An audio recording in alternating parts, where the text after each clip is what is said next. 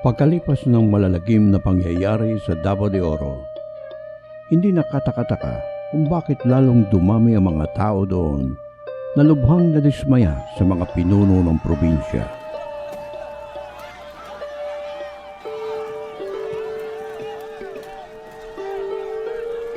Pag-aralan natin ang naging takbo ng pangyayari. Tila sinadya ng inang kalikasan na mangyari ang sunod-sunod na malalagim na trahedya. Kung marami man ang nakaranas ng kasawian sa pagguho ng bundok sa Masara, binuksan naman ito at inilantad ang isang bagay na pilit itinatago. Ano ito? Na ang barangay hall ay nakatayo doon mismo sa lugar na ipinagbabawal ng batas, sa no-build zone. Bakit nandyan pa rin yung mga tao na yan, Kong Ruel? Aren't you surprised, Kong? Ito ang nangyari Sir Erwin. 2007, bumagsak po yung bundok na yan. Maliit na bagsak. Okay. Kaya nung bumagsak siya sa 2007, diniklara yung paan ng bundok at saka ilang metro away from the paan ng bundok. Diniklara nila ng no-build zone. That is according to the barangay captain. Okay. 2008 po, bumagsak siya uli and then may namatay na sobra 30 na tao po ang namatay. Nung namatay na yon, ang ginawa po ng community doon, parang 4 na andana yan, 4-story. Yung first story, yung sa gilid ng paan ng bundok, katabi ng ilog, and then may kalsada. Wala hong tao na dyan. Pangalawa pong story, yung pangalawang daan, yun po ang terminal.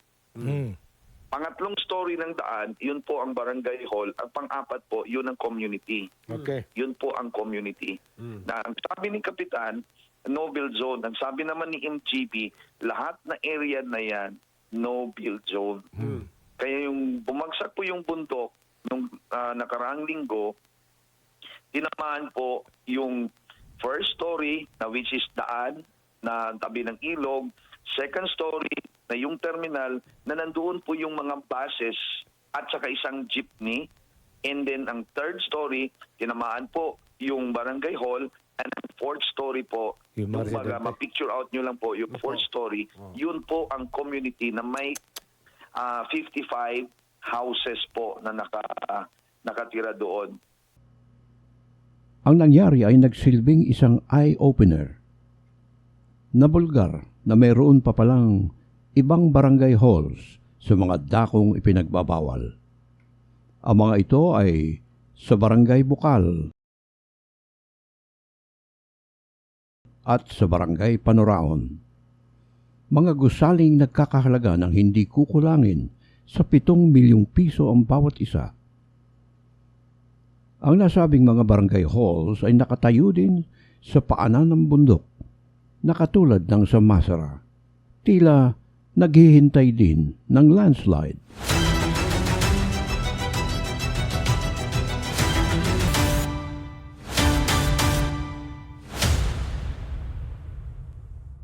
At dahil ipinagbabawal nga ng batas ang pagtatayo ng mga barangay halls sa mga no-build zones, may nagtatanong, bakit hindi na lamang i-demolish ang mga ito sa halip na maghintay pa ng malagim na trahedya na katulad ng naranasan sa Masara? Ang sagot, hindi dapat, sapagkat ang mga ito ay hindi lamang ebidensya ng paglabag sa no-build zone policy ng DENR at ng MGB. Ang pagtatayo ng barangay halls ang siyang umakit sa maraming mga tao na magsipagtayo rin ng kani-kanilang mga bahay sa nasabing lugar. Kumbaga sa wikang Ingles, follow the leader. Ang mga nabanggit na barangay halls ay pinaglaanan ng pondo mula sa Congressional Fund ni Congressman Roel P. Gonzaga.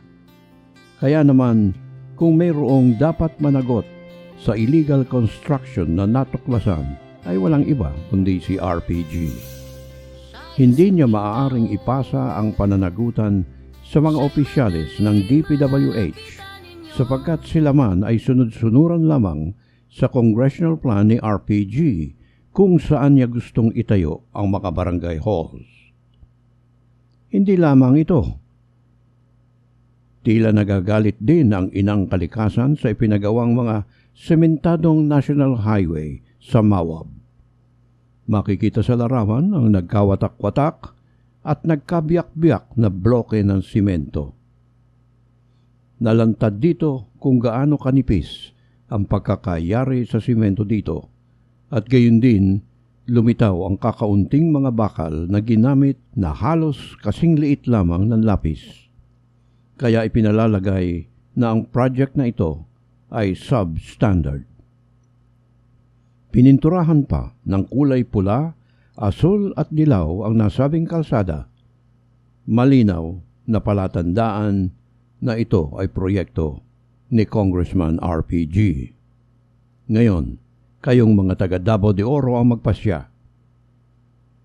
Matapos mabulgar ang paglabag sa batas, naragdagan pa ang sakit sa ulo ni Governor Dotdot Gonzaga nang makatanggap ito ng isang memorandum mula sa Commission on Audit na tinatawagan ng kanyang pansin ukol sa questionabling paggastos ng halagang 124 million pesos. Nakalihim na sana ito sa hiwaga at hindi na mauungkat kung hindi nag-ingay si Congressman Ruel Gonzaga na nagsabi na ang nabanggit na salapi ay ginastos umano ng nakaraang administrasyon. Natural, nagsiyasat ang dating gobernador Tyrone Uy. At dito natuklasan na ang COA memorandum pala ay naka-address kay Governor Dotdot Gonzaga at may copy furnish pa sa kasalukuyang provincial administrator. Dahil sa mga seryosong issues na ito, may kumakalat na usap-usapan na dapat nang palitan ang pamamalakad sa probinsya dahil ayon sa kanila, wala pang 2 taon mulang umupo sa pwesto, marami ng milagro at katiwalian ang nabisto. Bukod dito, naniningil din ang mga mamamayan sa mga ipinangako noong nakaraang kampanya. Una, ang mga ani ng magsasaka ay bibilhin daw ng provincial administration sa mas mataas na presyo upang mahango sila sa kahirapan. Subalit, sa kanyang State of the Province Address, parang manhid na humingi lamang ng paumanhin ang gobernadora sa mga magsasaka sa hindi pagtupad ng pangako. Ini ko nag-harvest sila ko nimo palit. Mas may na sir og maabot na sir wa pa po ni malit anak diri agod. Wa pa man may tabo pod. Wala mo dyan na nangitabaw, mapalito nila sir. Wala dyan. Wala dyan na ingon nga mapalit sila, wala pa. Wala dyan sir, kami nangandoy yung taanan sir. So looy kayo kung tinuod nga dunay nagapalit, nagikan sa province, nga dunay taas nga presyo, diya sa gulay.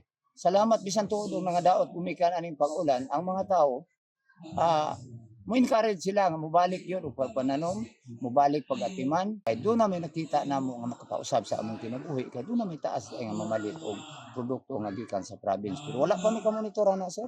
Sugod nga sila naglingkod sa panggamhanan karon sa Davao de Oro. Wala jud bi nakatilaw og dawat nga kaayuhan gikan sa ila dito sa probinsya.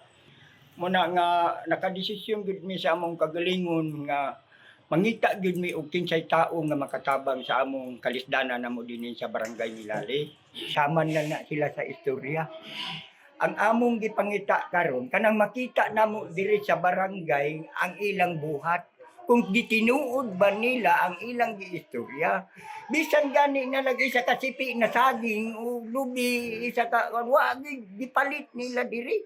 Wa man gani gikan pagdaog dinhi sa barangay Milali. Sila mamalit dinhi unya sa tanang produkto namo diri nya pagkahuman asa naman ilang mga pasaad-saad sa mga tao nga wa man gyud intaway natuman magduha na lang katuig gikan karon wa gyud sila nahatag nga ilang gisaad sa mo ang natuman. Ayon sa kanyang paliwanag, wala daw bodegang paglalagyan ang bagong ani ng mga magsasaka.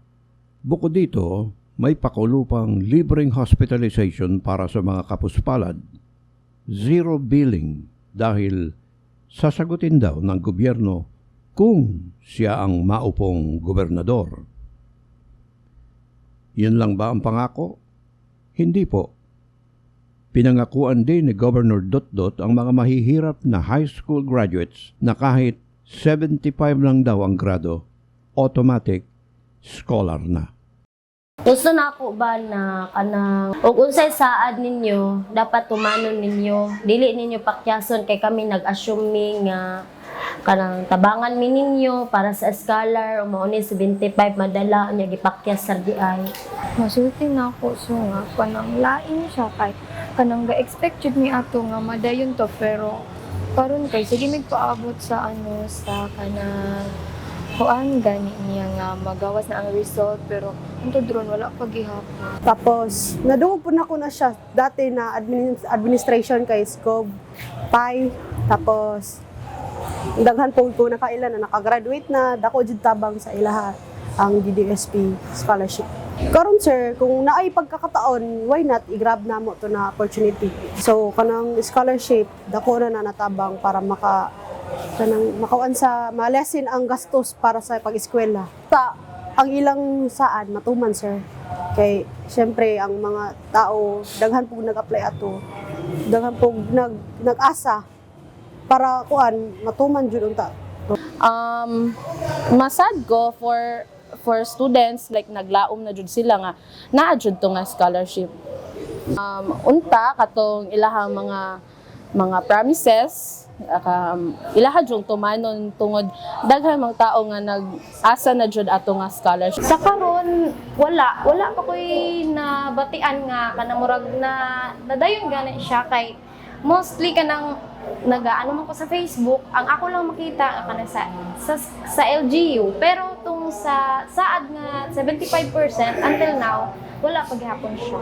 Si Governor Gonzaga syempre kanang murag masakit pud sa buot kay syempre ikaw nakadungog ka ato kanang lipay na kay ka tapos biglang kanang makuan imong paglao mawala kay kanang nagsaligod ka nga kanang kadto at least man lang matabang sa imo sama sa akong giingon ganina nga kanang opportunity na to nimo nga medyo mabawas-bawasan imong kuan kung gusto jud ka mo eskwela tas karon biglang wala mo to siya nga kanang murag sakit lang sa Ako kay katabang sa mua nga especially nga padungay yung eskwela o college.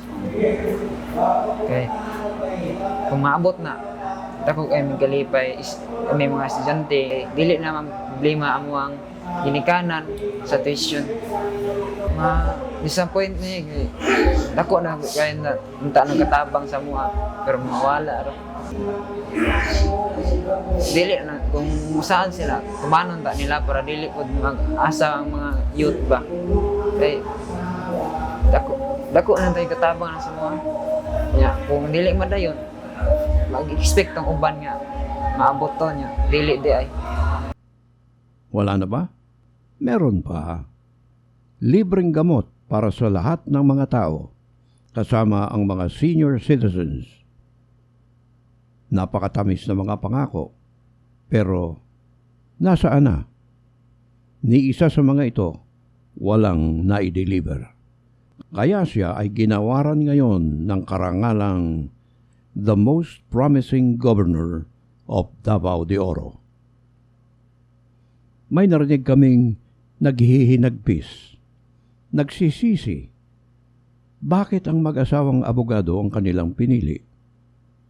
May isang labis ang pagsisisi dahil ayon sa kanya, nang hawak siya sa pangako ng mag-asawang Gonzaga. Mas mabuti raw sana kung ang dating gobernador Chungki Uy ang ibinoto nila o kaya si Franco Tito.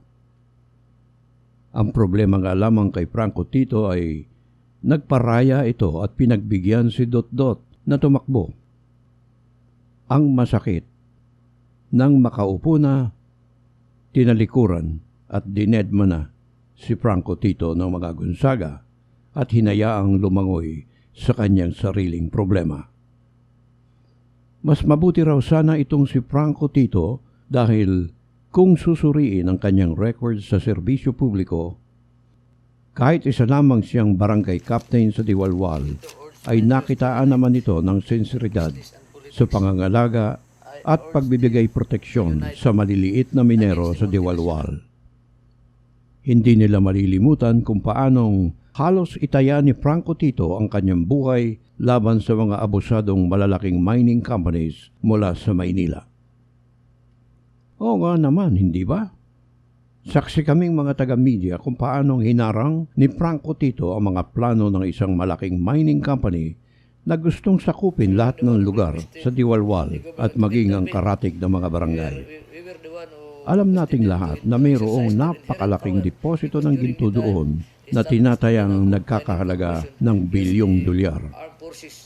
Handang makipagpatayan si Franco Tito alang-alang sa libu-libong mga minerong naninirahan at namumuhay doon. Ang tanong, nasaan na kaya si Franco Tito na kinikilalang champion ng tinatawag na small-scale miners? Maging ang dating gobernador na si Chung Kiuy, nasaan na kaya? Ang huling balita namin, nakababad na lamang ito sa pagtatanim ng durian.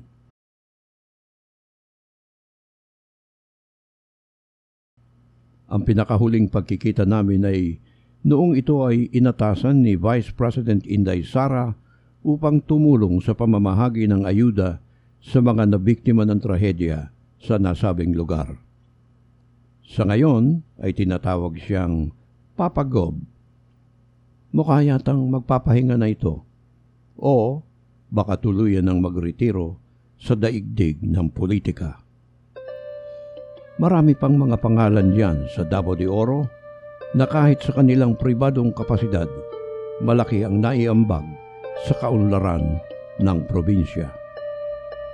Ano kaya kung pukawin natin silang muli, himukin, kaladkarin kung kailangan, upang magsibalik sa panunungkulan sa gobyerno at nang sa gayon, muling mabuhay ang pangarap ng lahat ng mga Combaleños na magkapit-bisig at magsama-sama sa hangaring maibangong muli ang kanilang minamahal na Davao de Oro.